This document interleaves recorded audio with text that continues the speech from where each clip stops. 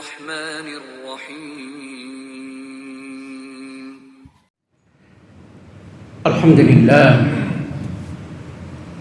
الحمد لله الذي أنعم علينا بنعمة الإيمان والإسلام وجعل في قلوبنا بهجة وسرورا. أشهد أن لا إله إلا الله وحده لا شريك له الملك الحق المبين وأشهد أن محمدا عبده ورسوله لا نبي بعده. اللهم صل وسلم وبارك على سيد المرسلين وعلى آله وصحبه أجمعين. أما بعد فيا الحاضرون أوصيكم ونفسي تقوى الله فقد فاز المتقون. قال الله تعالى في كتابه الكريم أعوذ بالله من الشيطان الرجيم بسم الله الرحمن الرحيم يا أيها الذين آمنوا اتقوا الله حق تقاته ولا تموتن إلا وأنتم مسلمون.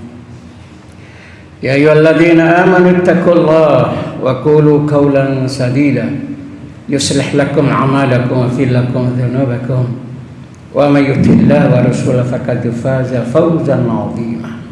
صدق Allahul Azim. Amma ba'd. Hadirin hamba Allah rahimakumullah. Alhamdulillahi rabbil alamin. Kita bersyukur kehadirat Allah Subhanahu wa taala atas curang rahmat, hidayah dan ma'unanya kepada kita semua. Terutama di siang hari ini kita dalam keadaan iman dan Islam, diberi kesehatan dan kesempatan oleh Allah. Dengan hati yang khusyuk dan tenang kita hadir di masjid yang kita cintai ini dalam rangka untuk beribadah kepada Allah, untuk takarub kepada Allah, untuk istighfar dan berdoa kepada Allah. Mudah-mudahan semua amal ibadah kita diterima oleh Allah Subhanahu wa taala. Dosa-dosa kita, dosa besar, dosa kecil, dosa yang disengaja maupun tidak, mudah-mudahan diampuni oleh Allah Subhanahu wa taala. Doa-doa kita, harapan kita, keinginan kita, cita-cita kita, mudah-mudahan dikabulkan oleh Allah Subhanahu wa taala. Dan jika saatnya nanti kita dipanggil oleh Allah, mudah-mudahan kita semua meninggal dalam keadaan husnul khatimah. Selawat dan salam kita aturkan ke Nabi Muhammad sallallahu alaihi wasallam, sekeluarga, sahabat dan pengikutnya sampai akhir zaman. Hadirin hamba Allah rahimakumullah. Alam sah prawira negara, mantan Menteri Agama Republik Indonesia, Allahu yarham, pernah menyatakan jangan sampai umat Islam itu seperti ayam. Jangan sampai seperti ayam. Ayam itu kalau ada orang yang sakit, ayamnya disembelih. Kalau ada orang yang sehat, ya ayam juga disembelih. Kalau ada kematian, ya ayamnya disembelih. Kalau ada kelahiran, juga ayamnya disembelih. Jadi ayam itu selalu menjadi korban. Itu nasib ayam. Jadi suasana apapun, pasti ayam yang menjadi korban. Nah, kata alam sah, umat Islam juga jangan seperti itu. Jangan mau menjadi korban. Pada saat Orde Lama, umat Islam menjadi korban. Ulama-ulamanya ditahan, dipenjara, disiksa. Hamka, Muhammad Nasir, Isa Ansori, tokoh-tokoh Islam, mereka dipenjara. Lah Orde Baru juga, umat Islam itu dimarginalkan, tidak diberi peran politik sama sekali, dipinggirkan. Soeharto baru sadar setelah akhir-akhir masa jabatan kekuasaannya. Nah sekarang masa reformasi itu, jangan sampai juga umat Islam nasibnya itu seperti ayam, bahwa umat Islam itu disingkirkan, dimarginalkan, dipinggirkan. Nah, hadirin hamba Allah rahimakumullah, sekarang ini sedang lagi viral mencoba untuk menihilkan perjuangan umat Islam dalam rangka merebut dan mempertahankan kemerdekaan. Seakan-akan tanda kutip umat Islam itu tidak punya peran di dalam memperjuangkan negara kesatuan Republik Indonesia ini, terutama oleh mereka-mereka yang sekuler, yang munafik, komunis gaya baru. Seakan umat Islam tidak punya peran. Hadirin hamba Allah rahimakumullah. Padahal sejak penjajahan datang di negeri ini, sejak Portugis menginjakkan kakinya di Malaka, umat Islam itu sudah mengangkat senjata untuk mempertahankan bumi pertiwi ini. Patih Yunus Sultan kedua dari Kerajaan Demak menyerahkan ratusan kapal perang untuk mengusir penjajah Portugis pada saat itu. Itu umat Islam. Kemudian setelah Belanda masuk menguasai Batavia, Jayakarta sekarang menjadi Jakarta, Sultan Agung dari Mataram mengerahkan pasukan 2 kali untuk mengusir penjajah di bumi pertiwi ini. Kemudian dilanjutkan oleh Pangeran Diponegoro. Bertahun-tahun umatnya, ribuan nyawa melayang demi Nusantara tercinta ini. Di Sumatera, Imam Bonjol, bagaimana dia mengangkat senjata bersama umat Islam untuk mengusir penjajah. Cut Nyadin di Aceh berperang gerilya demi mempertahankan bumi Nusantara. Sultan Hasanuddin dari Makassar, Babullah dari Ternate, dan itu adalah perjuangan umat Islam dalam membebaskan dari penjajahan dan kekuasaan asing. Menjelang kemerdekaan setelah Belanda dikalahkan oleh Jepang, maka terbentuklah namanya BPUPKI, Badan Penyelidik Usaha-Usaha Kemerdekaan. Pada saat itu terjadi perdebatan, apa dasar negara ini? Dan disepakati bahwa dasar negara itu adalah ketuhanan dengan kewajiban menjalankan syariat Islam bagi pemeluknya. Disepakati oleh BPUPKI di bawah pimpinan Dr. Rajikman. Kemudian pembukaan undang-undang itu bunyinya Muqaddimah Undang-Undang Dasar 1945. Pasal 6 UUD 45 itu berbunyi, Presiden adalah warga negara Indonesia asli dan beragama Islam. Disepakati itu. Kemudian lalu dibawa ke sidang BPUPKI, Panitia Usaha Persiapan Kemerdekaan, di bawah ketuanya Soekarno dan Hatta. Mereka menyatakan bahwa jika ini dipertahankan ketuhanan dengan kewajiban menjalankan syariat Islam bagi pemeluknya, orang-orang non-Islam di belahan timur Indonesia ini, mereka tidak akan mau ikut merdeka. Karena itu ganti kata-kata dengan kewajiban menjalankan syariat itu dengan ketuhanan yang Maha Esa. Kata Muqaddimah diganti dengan pembukaan.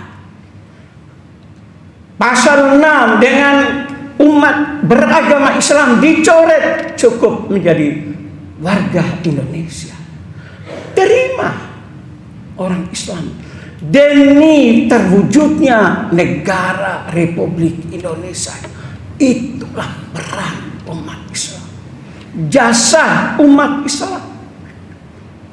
Maka kalau umat Islam dipersoalkan bahwa umat Islam itu adalah Pancasila apa tidak, itu kata Alamsal, itu hadiah dari umat Islam. Pancasila itu pemberian umat Islam.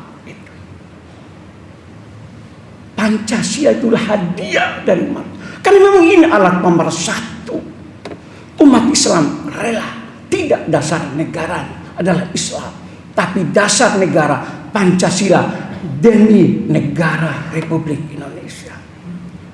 Pada saat Konferensi Meja Bundar 1949,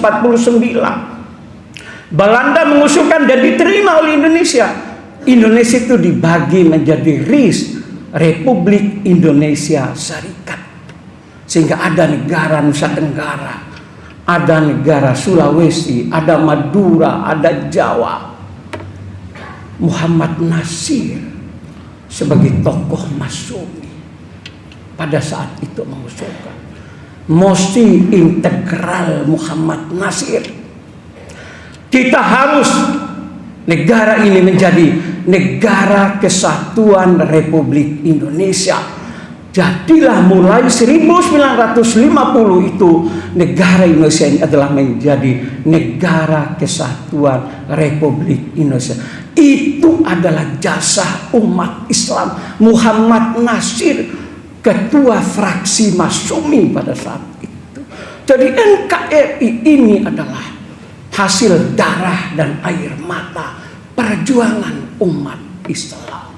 Karena itu kita jangan terkecoh dan tertipu seakan-akan umat Islam itu tidak punya peran terhadap negara kesatuan Republik Indonesia.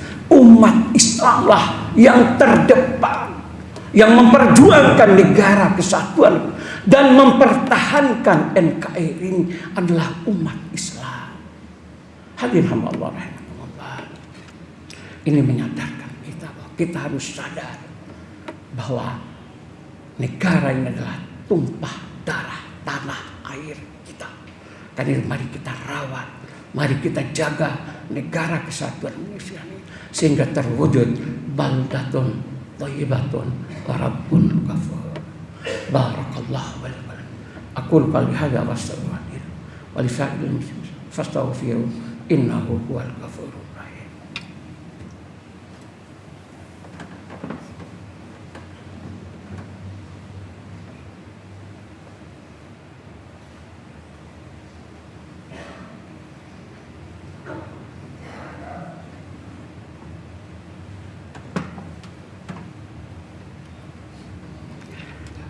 Innal hamdalillah nahmaduhu wa nasta'inuhu wa nastaghfiruh wa na'udzu billahi min sayyi'ati a'malina. May yahdihillahu fala mudilla lahu wa may yudlil fala hadiya lahu. Asyhadu an la ilaha illallah wahdahu la syarika lahu, lahul mulku wa lahul hamdu wa huwa ala kulli syai'in qadir. Wa asyhadu anna Muhammadan abduhu wa rasuluhu la nabiyya ba'dahu. Qala ta'ala fi kitabil karim, a'udzu billahi minasyaitonir rajim. Bismillahirrahmanirrahim. Ya ayyuhalladzina amanu taqullaha wal tanzur nafsum ma qaddamat lighad. Wattaqullah innallaha khabirun bima ta'malun. Shadaqallahul azim. Amma ba'd. Hadirin hamba Allah rahimakumullah. Mengapa, pertanyaannya, Indonesia ini itu bisa bersatu? Sekian ribu pulau, sekian ribu suku dan bahasa. Mengapa Indonesia itu? Karena mayoritasnya umat Islam. Karena mayoritas umat Islam di negeri ini, sehingga negeri ini damai, rukun antara satu suku, satu bahasa, satu budaya, semuanya rukun damai di dalam negara kesatuan. Karena mayoritasnya umat Islam. Umat Islam itu adalah umat yang paling toleran di muka bumi ini. Ajaran Islam adalah ajaran yang paling toleran. Bandingkan di negara-negara di mana muslimnya minoritas. Apa yang terjadi? Yang terbaru ini di India, satu kampung umat Islam dihabisi, diratakan, tak rumahnya dihancurkan, disuruh hidup gelandangan. Apakah pernah umat Islam memperlakukan non-Islam seperti itu? Lihat umat Islam di Myanmar, mereka minoritas. Lihat umat Islam di Filipina, mereka tersingkir di Mindanao. Lihat umat Islam di Singapura. Kalau mereka minoritas, itu mereka tertindas, marginal, dan malah kebebasan beragama itu ditekan. Tetapi di mana mayoritas Muslim, minoritas akan hidup aman dan damai. Hadirin hamba Allah rahimakumullah. Lebanon dulu itu, dikala umat Islam mayoritas itu damai, makmur, rukun, tetapi oleh penjajah Perancis dibuat sedemikian rupa sehingga jumlah Muslim dan non Muslim itu menjadi seimbang 50-50. Apa yang terjadi? Selalu terjadi perang saudara, tidak pernah akur. Hadirin hamba Allah rahimakumullah. Jadi rukun damainya negeri ini adalah karena kita umat Islam yang mayoritas. Umat Islam adalah umat yang toleran, yang penuh kasih sayang, dan tidak pernah menghujat keyakinan dan kepercayaan orang lain. Itulah Islam. Tapi kalau ada segelintir yang mencoba melakukan kerusakan, itu adalah sebuah penyimpangan dan perlu menjadi tanda tanya besar. Dari mana ajaran menjadi teroris dan lain sebagainya? Tidak ada di dalam ajaran Islam itu. Perlu dipertanyakan dari mana mereka ini. Hadirin Allah. Sekali lagi marilah kita berdoa kepada Allah Subhanahu wa taala. Negara kita yang sudah merdeka 78 tahun. Mudah-mudahan negeri ini negeri yang dicintai oleh Allah, diberkahi oleh Allah Subhanahu wa taala. Rakyatnya adil dan makmur, gemari Pak Loh Jenawi, menjadi negeri yang baldatun thayyibatun wa rabbun ghafur. Innallaha shalluna 'alan nabi ya ayyuhalladzina amanu shallu Allahumma shalli 'alaihi walhamdulillahi rabbil alamin. Allahumma ghfir lil muslimin muslimat wal mu'minin wal mu'minat al ahya'i innaka sami'un ya qadiyal hayy.